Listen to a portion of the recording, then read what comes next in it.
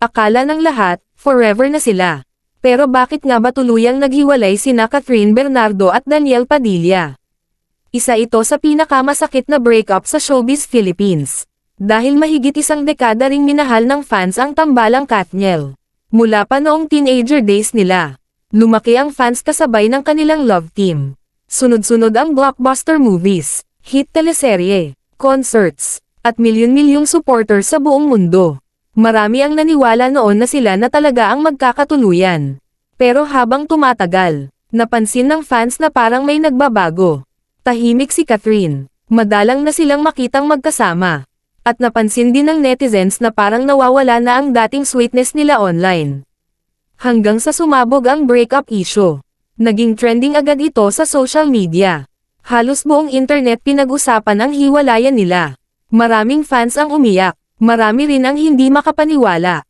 Pagkatapos ng matagal na katahimikan, naglabas ng official statement si Catherine. Doon niya kinumpirma na hiwalay na sila ni Daniel. Ayon sa kanya, dumaan sila sa maraming pagsubok bilang magpartner. At minsan, kahit gaano ninyo kamahal ang isa't isa, darating ang point na kailangan ninyong piliin ang sarili ninyong growth at peace. Mas lalong naging emosyonal ang fans dahil mature at tahimik nilang hinarap ang breakup. Walang murahan, walang bardagulan, walang pasabog na interview. Pero kahit ganoon, ramdam na ramdam ng fans ang sakit. Dahil para sa marami, hindi lang simpleng love team ang Katniel. Parte sila ng kabataan ng maraming Pilipino. Ngayon, pareho na silang focus sa kani-kanilang career.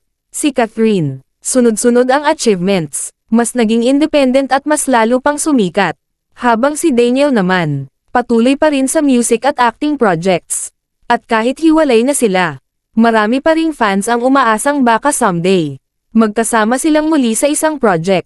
Pero sa ngayon, isa lang ang malinaw, natapos man ang relasyon nila. Hinding-hindi mabubura ang marka ng Katniel sa Philippine showbiz history.